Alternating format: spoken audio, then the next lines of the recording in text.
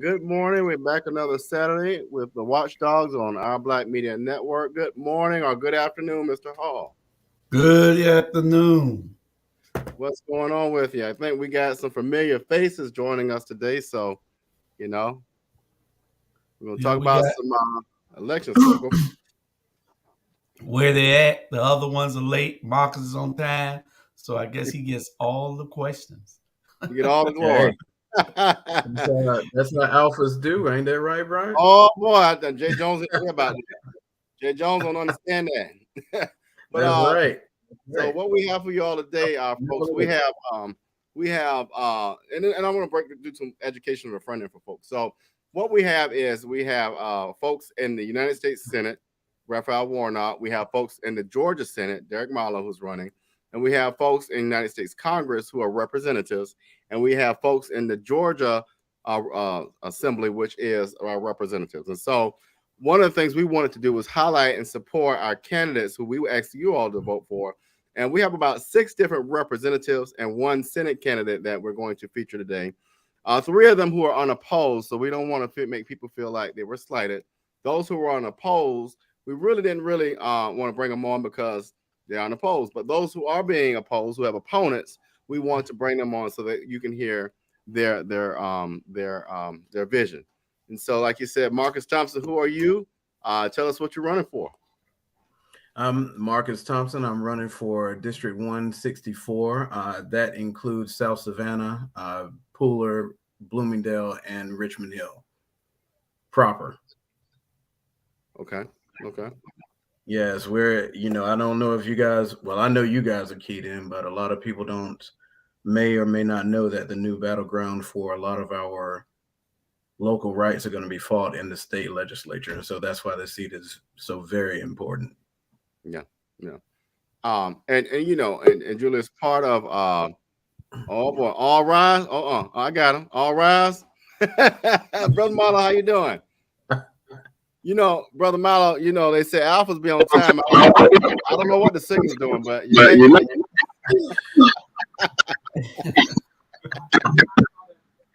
No doubt. What's going on? We'll hear you, brother. Take your time.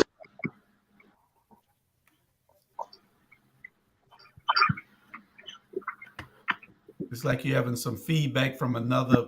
Yeah, you might have 2 devices.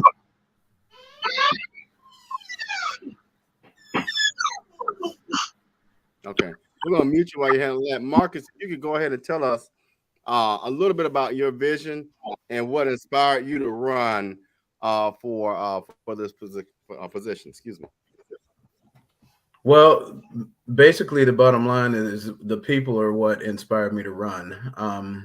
I know I've been one of the constituents for both federal and state elected officials, and over the last, since 2016, that's what sparked my individual interest into running for office, and then the caliber of candidates that have been put forth on the Republican side, honestly, that's been an inspiration to me to run as well, because if they can have a Herschel Walker and a Donald Trump, and we are over here fighting for people's rights to live, not only just to live, but to vote as well, then you know what? We've got to show up, and we got to show up right.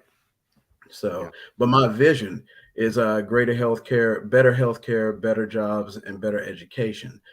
But when it comes down to it, man, we are in a healthcare crisis. That is my primary focus. That would be my primary focus, including not limited to going straight to HB 481 and trying to have that repealed.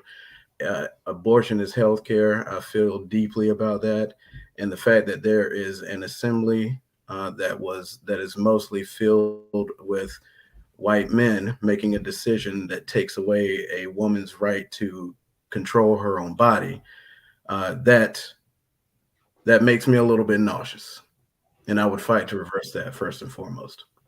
Yeah, and I'm gonna come back to the healthcare thing, but Julius, what I've noticed, and I gotta highlight this: when is the last time you seen 2 young brothers, young meaning under the age of 45 or 50, running to make a change in our county. That's a statement. I just got to. That's beautiful. And what's so great about it is they're both very intelligent, well-groomed young men that can lead us for the next 30, 40 years. We don't want them to be like Al Scott was, but still. Oh, see, you messing up, man. You messing up. They're gonna be messing now. We're not gonna be here that long. No, not at all. Not at all. I got to go. But like Derek Marlowe, we did a quick education piece on the front end, in that Warnock is running for United States Senate. You're running for the Georgia Senate, and I want people to understand that, because folks sometimes get confused. I thought Warnock would know. We got to get our civic education today, and then sometimes I forget. So, Derek Marlowe, you're running for what, and tell us your vision. I'm running for State Senate District 2 right here. I cover, that would be Thunderbolt, Savannah, Garden City, and Fort Wentworth, and some of the South Side included in there. I'm running for State Senate District 2. My vision for the state and our district is simple. Want to expand Medicaid to cover the most vulnerable Georgians.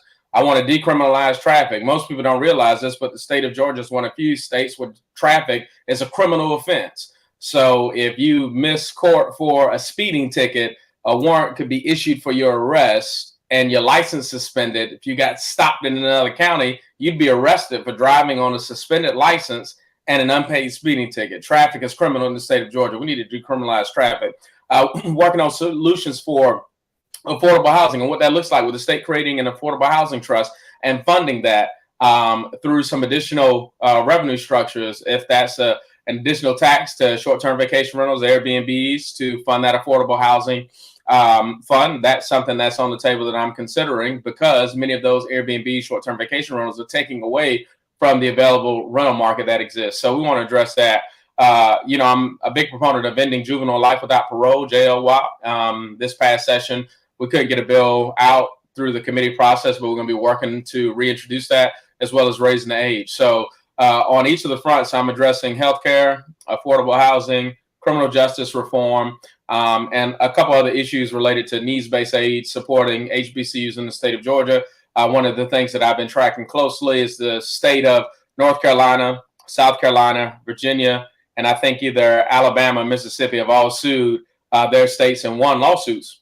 Florida is now doing that with their HBCUs, talking about the discriminatory practices and how HBCUs are funded, and how they were funded over a period of time that led to some big court cases that came through. So always advocating and fighting for the illustrious Savannah State University here in the great city of Savannah. And so we want to ensure that we have HBCUs for students, and we want to make sure that everybody has an opportunity to go to college if they desire to, but they don't have to. But if they do desire to go, we want to make sure that money is not the reason as to why they can't go to better themselves. Okay. Mr. Hall, you want me to keep going? I don't want to talk too much. Yeah, you keep going. I was just rowdy. Y'all know how nasty he get the folk now. So. Well, I'll send the link out. Oh, okay. Well, I want to talk about two things that you all touched on. Traffic. I've been known to get some tickets in my time, one every year, to be quite honest. And I think that's important. One of the reasons why it's important to me is because, Mallow, I am a big advocate of, and we're not talking about this, we've got to stop putting people behind bars for non-violent offenses. Now, if you want to go out and shoot somebody, rob somebody, rape somebody, you need to go to jail. But if you happen to get a speeding ticket and I ain't paid because I ain't got no money, you don't need to be going to jail. If you happen to get into an argument and you slap somebody, yeah, you probably need a few days to kind of think about it. But we gotta basically, what you're talking about is revised criminal justice reform, and I want to hear more about that from your perspective.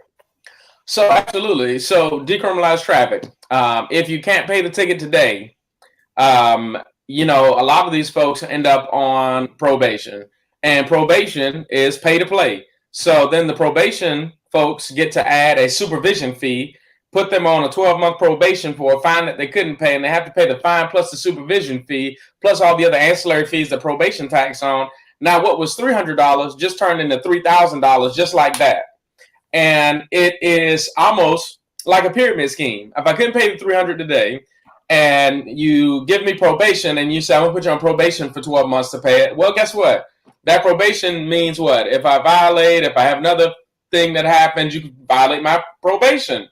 Well, that means I could go back to jail. So there are a lot of people sitting in jail where we have space requirements just because they can't bond themselves out. That's when you hear people talk about this taboo of, oh, cash bail, it's going to, set all the criminals free. No, the Constitution guarantees that everyone should have a bond. That's why you have a bond hearing, so that if you have a constitutional right to have a bond, so that if you have been charged with something, you have the ability to mount a proper defense. You can't mount a defense if you're sitting in jail. And so even if you get arrested for something, one of the folks that I was talking with as I was getting more in depth on this issue, young man was arrested because they said he had methamphetamines in his car. He had a nice job, nice car, and literally he took a plea deal to get out of jail because he couldn't get bonded out. No one would sign for him, right? He couldn't get a signature bond, which means he couldn't get bonded out. So he sat in jail. He was risk losing his house, his car, and his job. And he literally took a plea deal just to get out of jail. Now, he actually GBI tests the substance and found out it's not methamphetamine, but he already confessed and took a plea deal, right? That's a travesty in the state of Georgia that you have people who are actively doing the right thing, but because they just want to get out of jail, they're taking any type of plea just to get out of jail. I think that's a travesty. So when we talk about criminal justice reform and ending cash bail, that's what that actually looks like, is that somebody could literally sit in jail, not because they're actually guilty, but because they can't afford to get out. We're not talking about the most violent offenders getting out because the judge still sets the bail. That's why you elect judges. So the judge sets what your bond amount will be. If you have a heinous crime, they set a high bond amount because they don't want you to be free. But if you are a first-time offender, you have no criminal history, they may set a lower bond amount. But guess what? That's the judge. If you want to change how people getting out of jail, change the judges that are sitting on the bench, right? But they're not letting everybody out of jail. If they were, we wouldn't have a space issue. You see what I'm saying? That's just rhetoric and propaganda to confuse people about what cash bail is about. And the same thing with decriminalizing traffic. Again, I'm helping a young man right now who literally had a speeding ticket during COVID, forgot to pay the ticket. He moved during COVID, updated his information, but because everything was closed and shut down, he couldn't physically get in. So the summons got mailed to the wrong address. He didn't get the summons. He was in contempt of court. They suspended his driver's license. He was driving through Chatham County and got pulled over. Lord, wrong county. And guess what? He goes to jail. Wrong color, wrong county. Now he's in jail. He's got to get somebody to come to Chatham County, bond him out of jail, all for traffic. Now he's on probation from Chatham County for traffic. Yeah. Because most judges say ignorance of the law is no excuse. Well, and what it speaks to really right now, you all, is politicians need to let people do their jobs. And what I mean by that, let the judges do their jobs. Let the women do their jobs. Let the doctors do their jobs. And so to that, Mark, let's talk about healthcare. And this is a personal issue to me. So with healthcare, I want to hear your broader issue, but we've got to do a better job of healthcare for our elderly people here in the state of Georgia. More so, it's very personal because I got two of them right back there, 195, 91, both with memory care issues. And it's so darn hard to get support, financial support, and just real live, education around what are the resources for these folks. I'm sure there are people out there with children and people our age. What are the resources? They're not accessible resources. And then the Republicans make it so damn hard to even access them. So what's your plan? Well, let me just make a quick point. We are 47th in the nation in terms of access to healthcare and mental health facilities. 47th. I mean, it takes the average Georgian 30 to 90 minutes to get to an emergency services facility. My plan would be to sit everybody down in the assembly and have a come to Jesus meeting with them, because when it comes down to healthcare, we have to make a plan to stop closing so many hospitals. We've closed 10 in the last 8 years. Another one is closing in Atlanta on November 1st, as a matter of fact. So we've got to, in my eyes, we have to use the $6.5 billion surplus that we are sitting on right now. That is unreserved and is undesignated, and use that to bolster our healthcare system. We have to extend Medicaid. I mean, I don't understand how we have not done it yet. Yes, I do understand it, because we have a Republican-led assembly, and they do not. It's almost as if it is.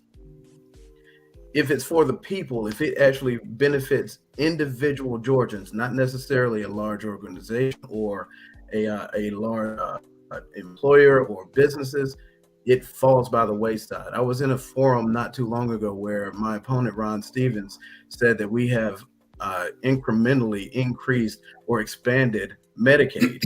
But if we're doing that, then we're doing it just enough to keep it at bay. But we are in a healthcare crisis, and we've been in a healthcare crisis for at least the past, as long as I've been here. Now, when it comes down to it, we need to make a big step. Stop doing it incrementally.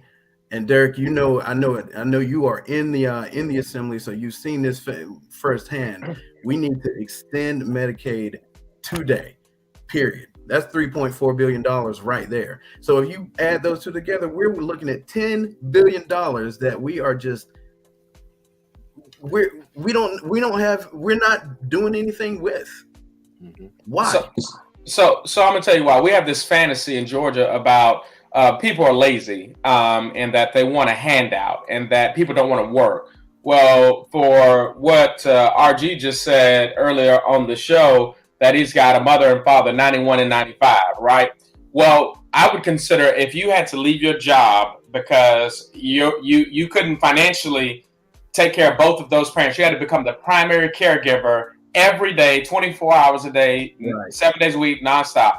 The state of Georgia, you wouldn't have healthcare insurance. So if your parents got sick, they might be covered. But if you got sick, oh, well, hey, man, good luck. Figure it out, bro. Hey, wish you the best. God bless. Because Medicaid wouldn't be available to you. But you have a full-time job, but it doesn't pay you, right? So that full-time job of caring for your parents is one of those things that we see in the state of Georgia that says you need health care. You don't have an income. But Republicans have this fantasy of making this an issue about someone going to work. Well, I can't go to work. I have two elderly parents here that I got to take care of every day. Would you like to come and help take care of them? I think because they're so removed from the plight of everyday people that they forget that when long-term care insurance was talked about, it was too expensive for somebody to buy long-term care insurance. It was too high. Nobody could afford that. When we talked about all the supplemental plans to Medicare, it was too high. Nobody could afford the supplemental plans. And guess what?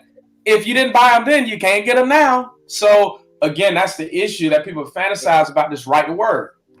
And to add to a really quick, Julius, as a matter of fact, just to add to that, Ron Stevens, as a matter of fact, he said that there are still people out there that there are no jobs that are offering minimum wage, and he believes that the jobs that are offered that are out there, all of them offer medical benefits. That is not the case.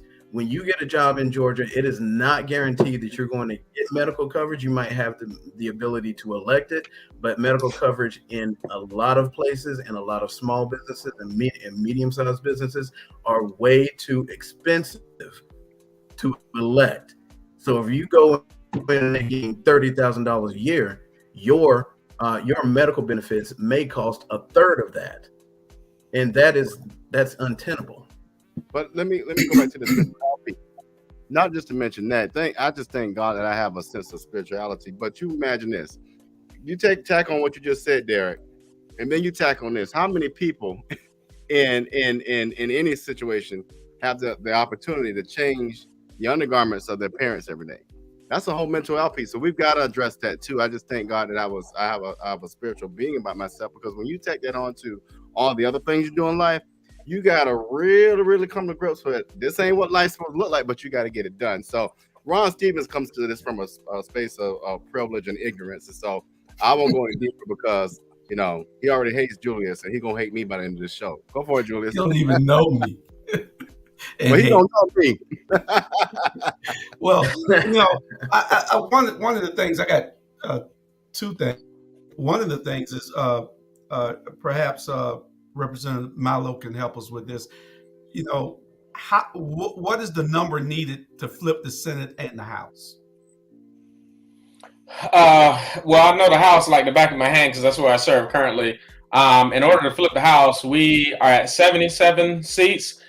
We need about another 13 seats. 13 seats. So we need the 164. We need the 161. We need seats out of Atlanta on the perimeter. We need seats in Dunwoody. We need seats in Brunswick. I mean, we need seats all over the state in order to get to that 92, because the constitutional majority is 91.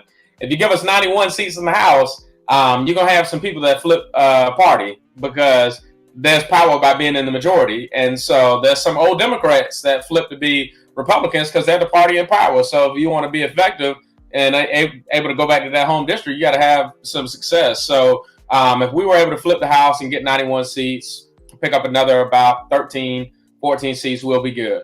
We'll be able to elect a new speaker. We'll be the majority and not the minority. That'll change. In the state Senate, I think you'd have to get to about 35 to be in the state Senate. I think we're in the 20s now. State Senate is a lot harder to get to. The House will flip before the Senate because of gerrymandering and reapportionment. They've drawn some of these Senate seats so backwards that you really need to draw them fairly to accurately reflect Georgia. But since these maps a lot for the next 10 years and the population is doubled, it's going to be harder to flip that one. So about 35 senators.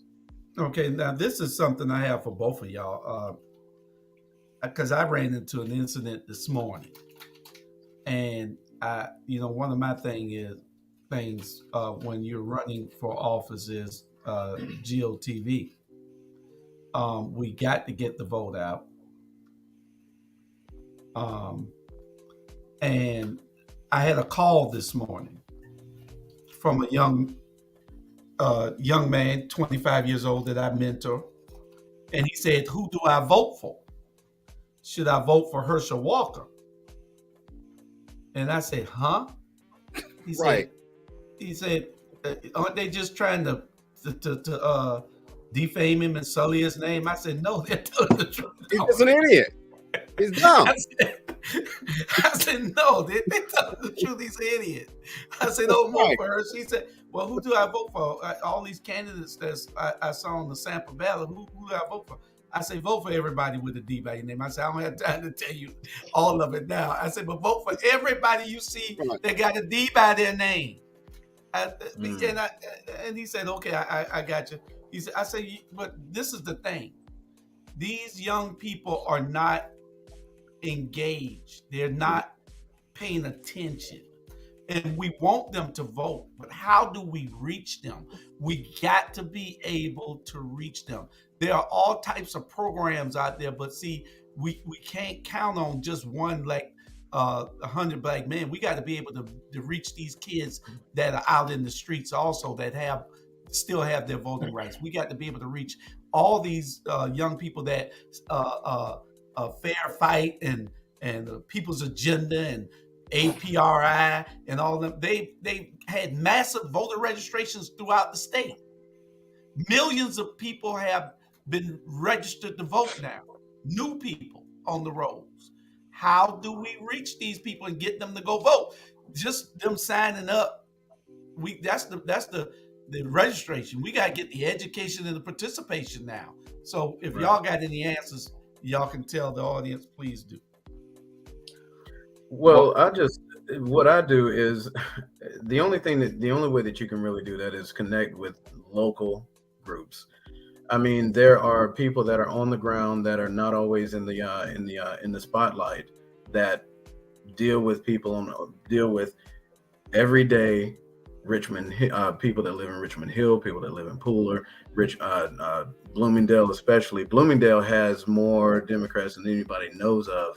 But because it's such a red city, it's very difficult to get anybody to come out and speak outwardly.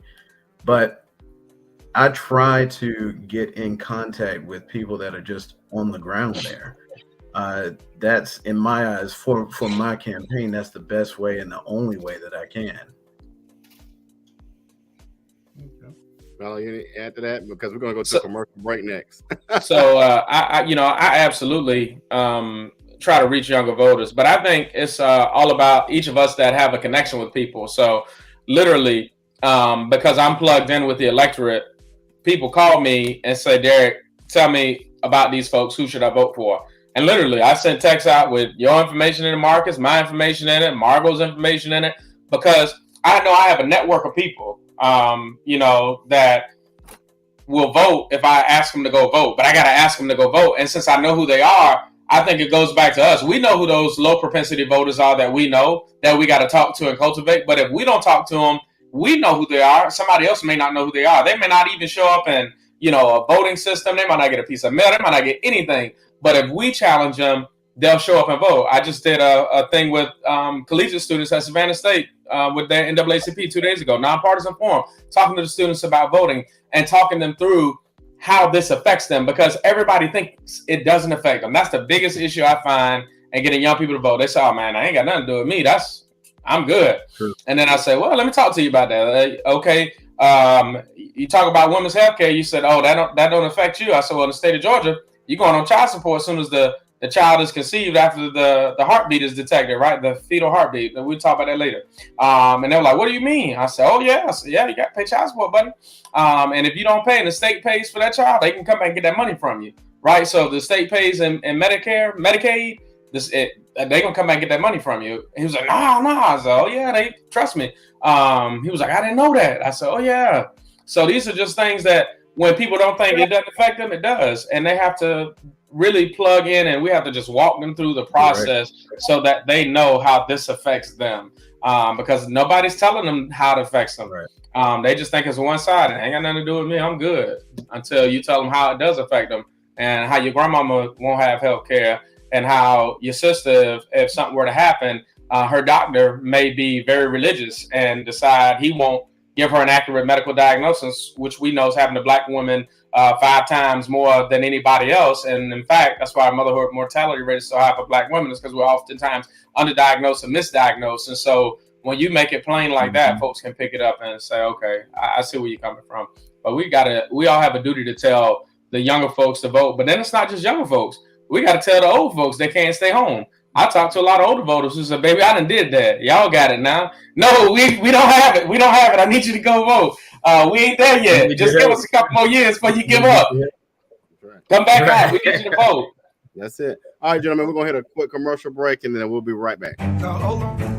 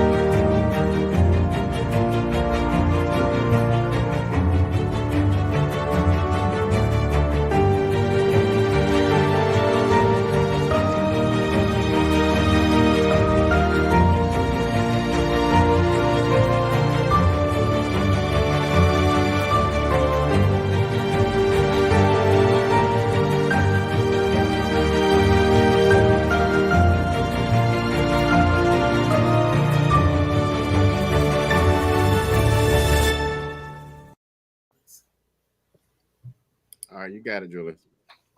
No, I was just telling them before the commercial that to look on the side if you have your devices, because we're going to ask some questions from the viewers. We have some questions. That's all I wanted to tell you.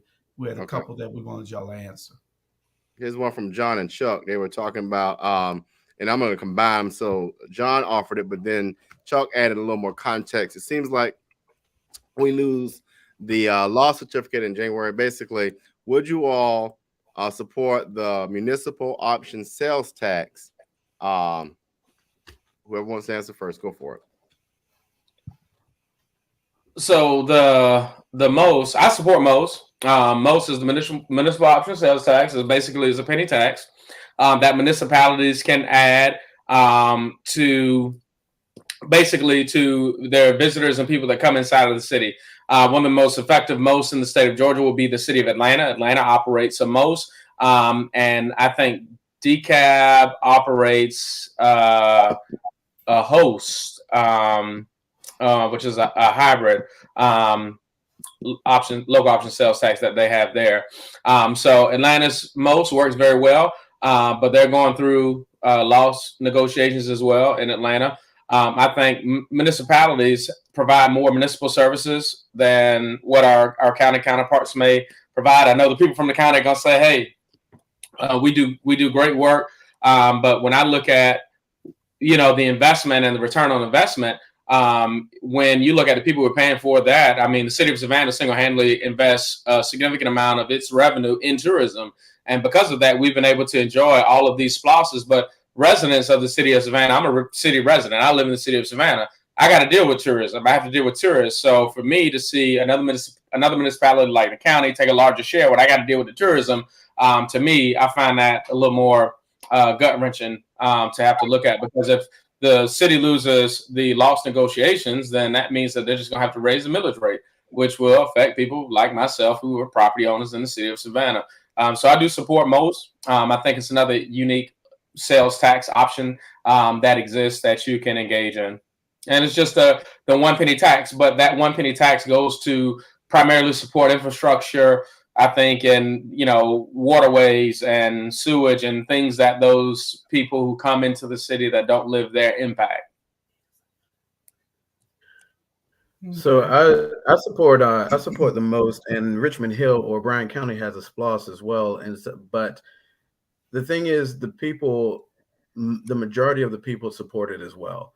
And when it comes down to what I'm doing and what I'm running for, it's going to be to represent the people. I believe in a democratic representation, and that means that the one listens to the many.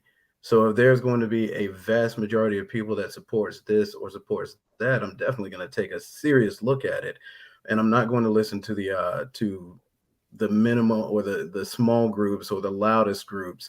I want to see what the people really truly support, and in Richmond Hill they do. In Chatham County, I know they do as well. So yes, I would support it. And then, Julius, I think you should ask this question. Looks like you know this young lady. Yeah, she's asking a bunch of questions, but that just one of hers. I told her she need to just come on the show and ask the questions. She got to have her own show. We need an education show, but she don't want to do the education show. Maybe when we get all these people in office, we'll be able to put all of you together so y'all can ask these questions of one another, because they need you all on the state level to get this money funneled down so that they can do the things they want to do. But she's Dr. Tiny Howard Hall, school board rep for the District 8, and happens to be my wife. She wants to know, what are your plans to change the antiquated QBE, that's the Quality Basic Education Act formula, which has been enacted into law since the 1985 session of the Georgia General Assembly. 1985. I mean, that should tell you everything you need to know. The fact that we have not been able to, we haven't taken a serious look at this since 1985. Guys, I mean, my daughter's 14. She was not alive when this took place. I believe that we have, and you know what, to be real honest, is very little is going to be moved until we can really flip enough seats to get the right people in the right seats to make something around this act happen. But we've got to start somewhere. The first thing that I would really like to see happen is the state to provide a weight to the QBE for underrepresented and impoverished students, because currently there is a huge gap between students, children that are growing up in very dire circumstances, and their colleagues. You walk into the same building, you have the same teacher, but you have a huge gap between reading levels, understanding and comprehension levels. There's no currently there's no weight to that. Also, I would like to see more counselors, student counselors added into the QBE as well, because right now the ratio is 1 to 450. I believe it's 450 students. There's no way that there's a way to guide students when you have that many students to be responsible for, and every time you're going to see people that have that are underrepresented, and they have a slightly more difficult life, they are going to fall to the bottom, and they will not get they won't be concentrated. They will not get the proper guidance. I remember that when I was in high school, I was right. I was above the middle, I guess you can say. But I can honestly say,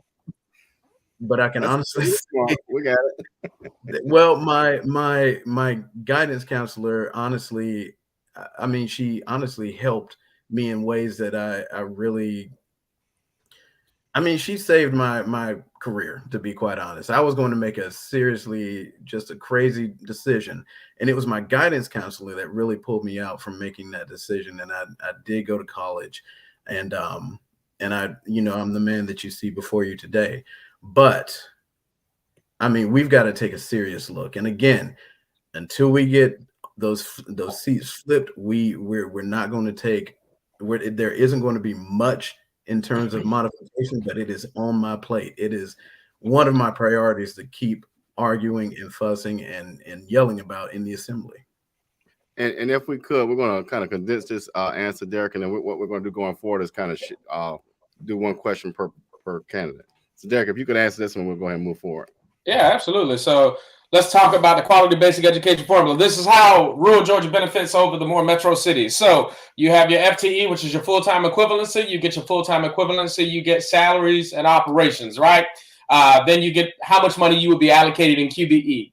Then once you get that number, you take your local millage rate that the school board collects, take that off the top, and then boom, once you minus the local mill out, that means this is what you're left with in QBE dollars. So if you're in a city who has a lower millage rate, right? So meaning you are collecting less money, you're going to get more from the state. But let's talk about some of the ancillary services that we know more metro and urban areas need. We need more social workers. Well, I think that's the formula is like 3,000 to 1 for QBE. And it might be in between 2,500 and 3,000. I can't remember the exact number. So that's the number, to 1, right? So that many students to 1 of those social workers. The other issue that we lose out on is when you deal with salaries. So pre-K teachers are not on the full funding schedule, right? So meaning they are not paid like a K-12 teacher, right? And so believe it or not, in the state of Georgia, fun fact, kindergarten is not required, only first grade. So we talk about wanting to be the best state, but we don't even require kindergarten in this state. So you look at pre-K, teachers got to get funded, got to have classroom space for students. Wait a minute, pre-K. Who's funding pre-K? Pre-K is a lottery program funded through the lottery. So it's not 100% funded. So meaning your local mills have to go to fund pre-K if you want to have pre-K program. So when you look at the disproportionate amount of how funding comes out from QBE, also transportation, not funded in QBE. So more urban, more metro areas, you got more kids to pick up, more bus stops. Well, if transportation costs and diesel and fuel go up, well, that means your local millage rate has to go to fund that. But guess what? You're losing money because the QBE formula says we got to take away whatever your local mills are. So if you raise more, we got to take more, which means you got to do better with more money. And so I think there's a big issue of how that's allocated. But if you're in a more rural community and your millage rate is not as high as it needs to be, well, guess what? You get more money from the state. So you benefit. I tell people all the time, Gwinnett County benefits from the QBE formula because they have had a boom in population, but haven't had to raise their millage rate so high because guess what? They have more people paying property taxes because they boomed. More people paying property taxes, we don't have to raise the mill. So now I get more money from the state. So when we talk about the disparities in QBE, it definitely penalizes more urban areas. And so until you can get a form or even in addition to the formula that recalculates how things are weighted, we know that children who are in poverty that go to public schools need more wraparound services. And those services need to be in the form of more clinicians, more social workers, more school counselors, and some of the other additional teacher helps, paraprofessionals. Those are things that the district, takes care of 100%. And I think when we look at how much money the local school district gets, they may get a lot of money, but when federal money comes into the local school district, it's got 30 strings attached to it. And you have to spend it exactly the way they say, because if you don't, federal government's going to say, hey, send me my money back. You didn't do exactly everything I said do. If you think that's not the case, try working with HUD dollars. It's the same way. There's so many stipulations attached that it affects some of our most vulnerable communities. We can come back and talk about financial aid and how financial aid, even though we have Pell Grants and student loans, I can educate you about the disproportionate effects to HBCUs with the additional verification and income requirements and why HBCUs are penalized on getting that type of funding. So we talk about that too. All right, Marcus, let's go to you on this particular issue. And we know when Trump and his idiots lost power and how they acted like 2-year-olds. Ron Stevens was one of those 2-year-olds. And so would you support the idiotic local support control as Ron Stevens tried to do in his temper tantrum? So yes, this has been honestly, okay, so true, real life transparency. This is one of the reasons that I jumped in this race this year, because I was not going to run, but when Ron Stevens tried to split Port Wentworth, who, by the way, it's not even in his district. Okay, let's just make that clear. And number two, he was the leading representative that was trying to split it. Now, if he can do that, and the people do not understand how close it was to actually happening. Okay, let's just put that out there. It is very simple to do it. There just needs to be a majority vote on it. They can do the same thing in Richmond Hill. They can do the same thing in Pooler. They can make a North Richmond Hill and a South Richmond Hill. And of course, all the dollars are going to go to a certain to one of those Richmond Hills, and guess which one it will be. Okay. I do not support that in any way, shape, or form. When I found out about it, that was the moment that really broke the camel's back for me. I was not focused on running for this race, but man, when I heard that, along with a number of other things that he stated, and then the Roe v. Wade choice came out, I couldn't sit still. I mean, I was burning, and I had to get back out there and make him fight for this seat. And when it turns out on November 8th that I'm the winner, he's going to be just a little sorry that he did this. It is a dangerous game to play when you can just split a city in half. That's not even in your district. Richmond Hill, Pooler, Bloomingdale, South Savannah, those are in his district. And I can promise you that I would never do anything like that. Well, that's definitely good to hear, Julius. One of the things we hear Keisha Gibson Carter, 68th mayor of Savannah, talk about the port, and it intrigues me and it disappoints me that in Chatham County we have a poverty rate when we have a port that brings in tremendous dollars, and the state takes that money from us. So, Milo, this is a great question from former County Commissioner McMasters. Should the port pay some of the President Street train on and off ramps? The trains are hauling port goods, and we got some damage around the area. Even with this infrastructure issue that we slept on for years, what are your thoughts around the ports and this question here? So should the ports pay for the longer rail crossing times for the goods that are coming off from President Street? So the port has actually expanded and have a rail line that runs from the port. What you see with the President Street terminal crossing, a lot of this, when I work with Norfolk Southern and CSX, even working on the issue with Garden City, it times out to be a couple different factors that go into it. Just like having the horn blaring when they ride through the city of Savannah at 6 a.m. I live by the river, so I hear it every morning, right? As federal regulation requires them to blow the horn. Federal regulation requires them to do certain things when they're switching tracks. And then they also have, just like Department of Transportation on truck drivers, they sometimes have conductors who are timed out. And so while they may have been waiting for a long period of time and they were pulling the train and they timed out. They can't move the train. So you have another conductor and engineer. So there's also some staffing issues that go into that. And so I think the port has done a good job trying to alleviate some of that truck traffic by putting things on rail. Rail is a little bit more safer in getting it to its destination. But I think some of this also goes back to the individual rail lines that are operating the rails. If you think about the federal legislation that enacts the railroad, they have single unilateral power to where the railroad goes through.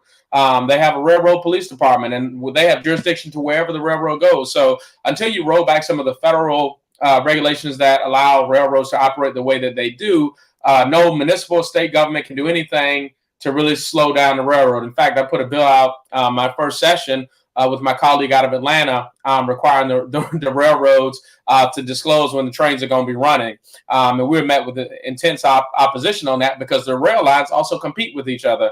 And they don't want to disclose when they're using the rail because that will tell people how profitable or how much losses they're taking by how often they're using the rail line. So you can't even get them to publish a schedule as to when they're going to be running on the rail. So that's a much larger issue that I think we have to work collectively on. But there's an opportunity where rails are blocking traffic, I think, with the Build Back Better and the infrastructure dollars is to build and put those rails on bridges so that they go over a bridge where they're not blocking the traffic for everyday citizens as we become more urban will be one of those solutions. And we are actually, I submitted a letter of support with CSX to study that issue for Garden City, to look at how we can take the rail off the road and maybe put it up on a bridge to alleviate traffic.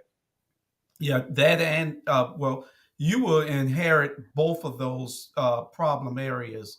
You because your district will run through Garden City and it will run to the other pressure point, which is President Street. That'll be your district also. So you got both of those. So I think that since we can't do anything to move it along any faster in reference to making the railroads do anything, can't, like you just said, we ought to be able to build over. Mm-hmm. So that, that traffic can keep flowing, because you have ambulances that are and emergency services with the police that can't get by because this train is sitting there 15, 20 minutes. Mm-hmm.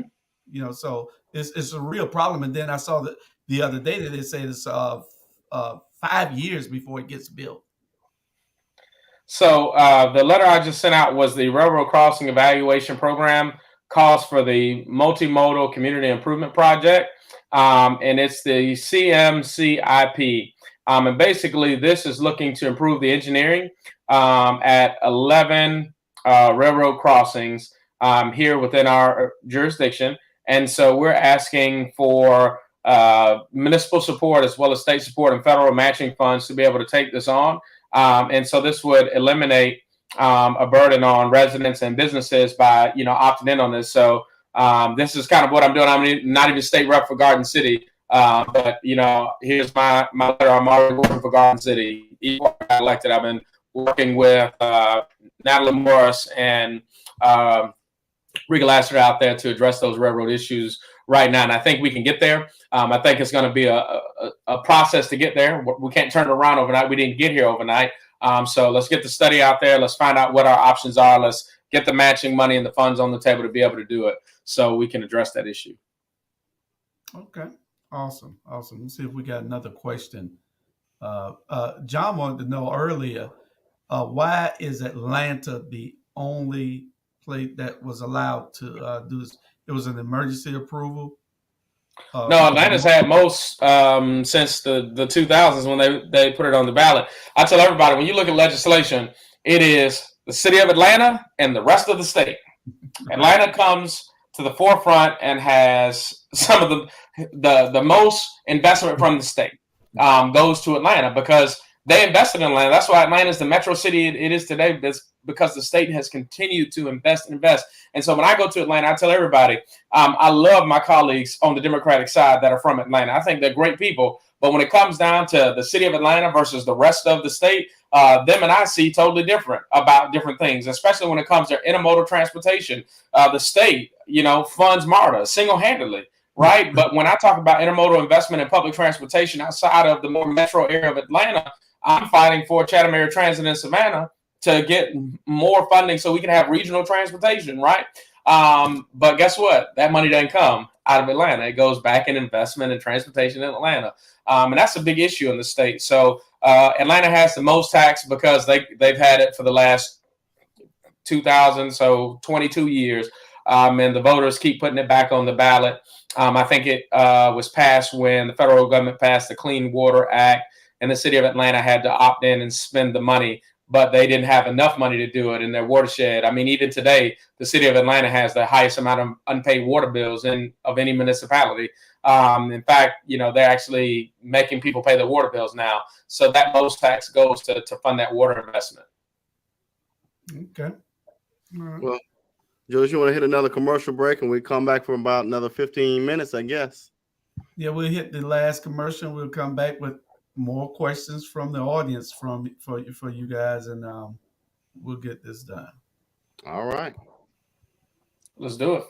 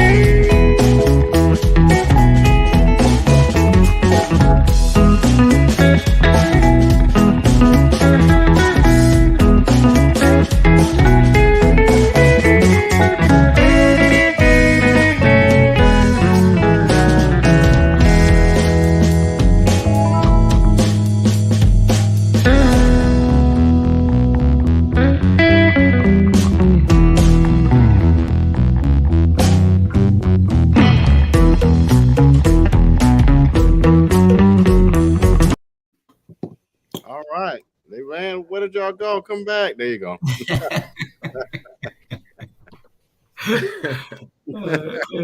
Well, they done left us. But no. All right. Julius, I don't see any more from the audience. Well, you got Ivan Cohen said, Representative Mallow, what you just said sounds like two Georgias, Atlanta and everybody else, which is correct. Which is correct. And that's what he just said. That's what it is. And we got to get away from that. And the only way to do that is to, and I don't know what it'll change if we flip. It probably ended up getting worse. Well, here's the thing, and I'm going to put it out there, and this is a big DPG problem, Democratic Party of Georgia problem, and the chair, the past chair. We've got to stop pulling everybody out of Atlanta. Just because you live inside 285 don't mean you're the only one qualified to run for state office, period. And we got to stop that mentality. Well, so the problem is Atlanta got the votes. I talk about this all the time with Lester Jackson. Lester won everything on the coast for labor commissioner, but he didn't win North Georgia and Atlanta. And, on the Republican and the Democratic side, if you look at past races, when Eric Johnson ran for lieutenant governor, he was out of Savannah. He couldn't win. You look at the former congressman of the first, Jack Kingston ran for U.S. Senate and lost. It's hard to win being from Savannah. Al Scott lost labor commissioner being from Savannah. When you look at running from Savannah and the base, and so many voters are concentrated in the metro area in Atlanta, man, that, million plus votes right there. I mean, it's until we start outperforming in everything outside of Atlanta. We need the Macons, we need the Augustas, the Chathams, the Brunswicks. We need all these counties to start performing so well that we could counter effect Atlanta, so we can say, no, if you want to win statewide office, you got to come through I-16 to 75. Right. But right now they say all I got to do is get on 285, and if I stay on 285, I'm good. And that's a circle. That's it. Because you're absolutely right. Because one of the things I see is that when these candidates are coming here, they're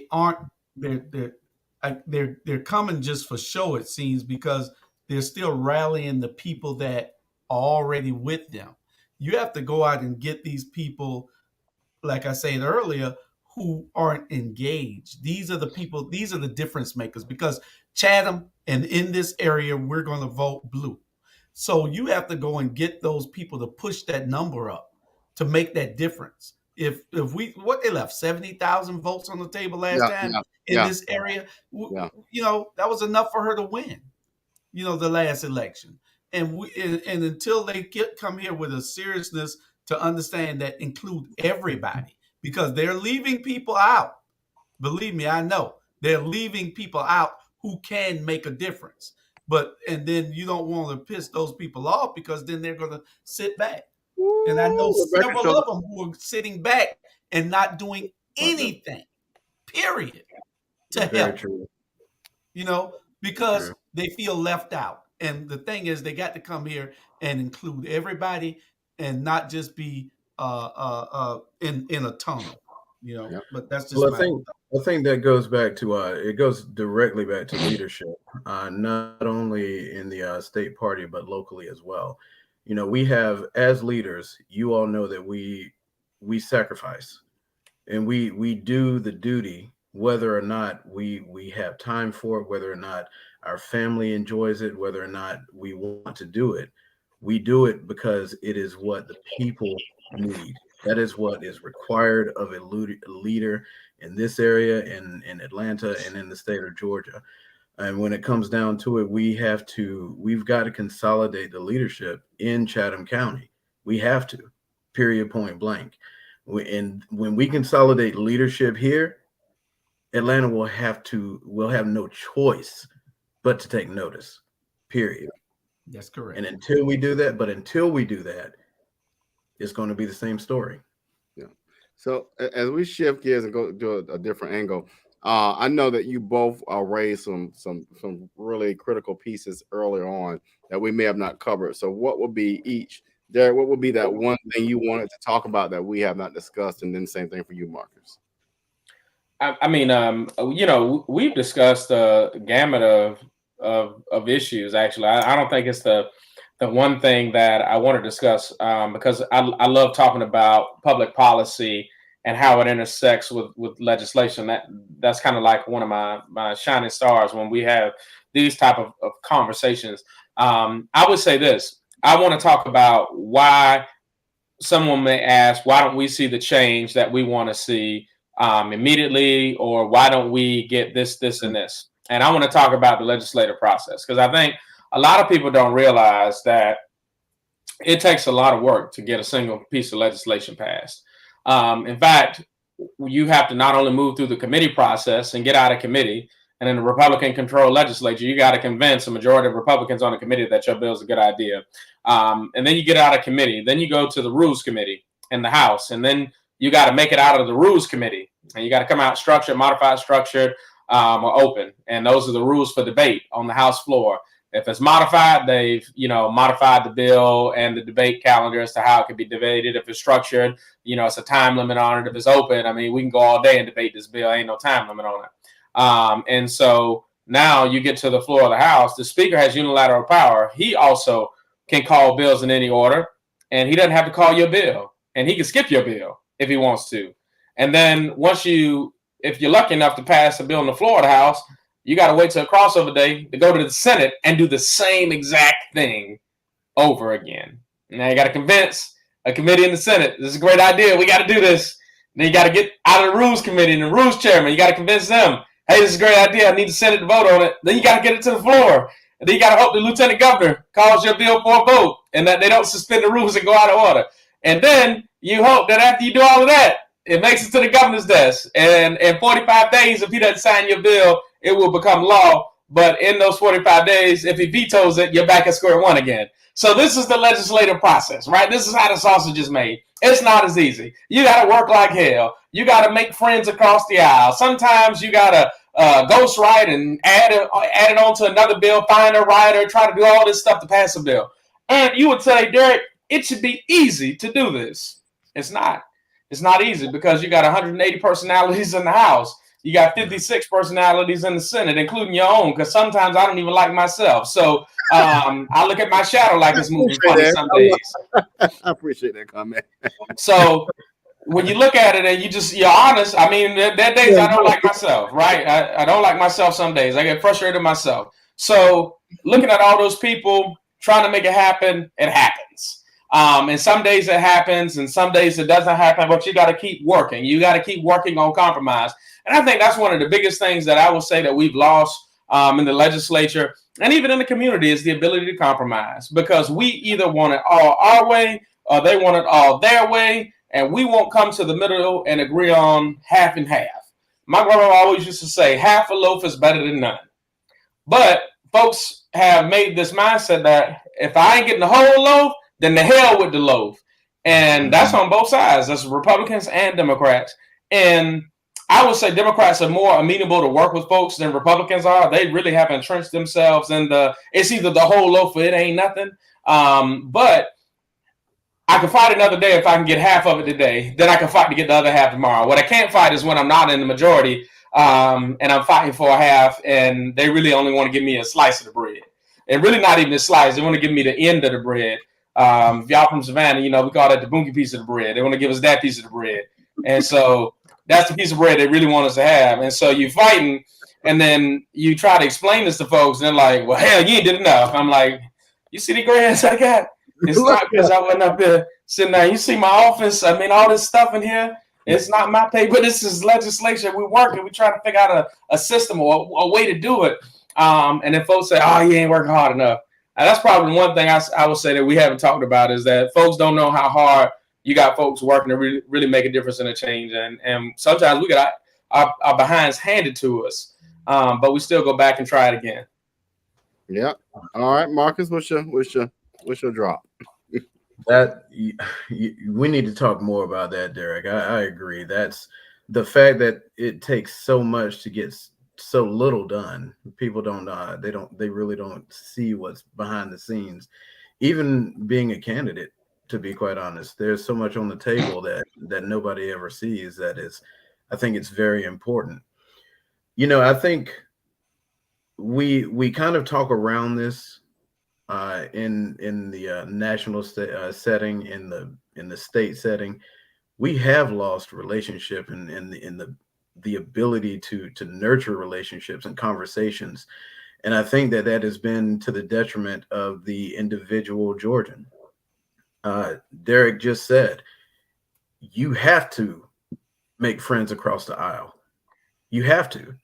In my race, I have very, very different cities. Some cities there are blue controlled. Some cities are red controlled. But the bottom line is, one of the biggest reasons I feel like I can do a very good job in this in this position is because I have conversations. I listen to people that don't believe as me, that don't look like me, that probably don't even like me. I'll sit down and I'll talk to them, because when you do that, all the barriers start to fall away. Now, of course, you're going to have some extremists and hardcore people that it won't matter what you do, they're going to hate you. Okay, absolutely. I can't do much with that. But when it comes down to, you have when I have Republicans coming up to me saying, you were the only warm-blooded creature on that forum, on that panel today with Ron Stevens and Ben Watson there. I mean, these guys, they do not have it's unfortunate they can't relate to the everyday Georgian. They don't understand the struggles. They don't know what it's like to go out and have to worry about whether or not you got enough change in your pocket to buy that loaf of bread. And when it comes down to it, that is what representation is about. And I believe that once we get a chance to talk around that subject, when we talk about the fact that, yes, you can't do it all with all Democrats, especially right now, because we're not in control. You have to reach across the aisle. You have to get the important things in bills where they may not normally be. But we also have to start understanding that we've got to start bringing up relationships, focusing on relationships, and having conversations. And that's what I would like to really kind of end on that. And that is the one reason why I know that I will be a better choice than Ron Stevens.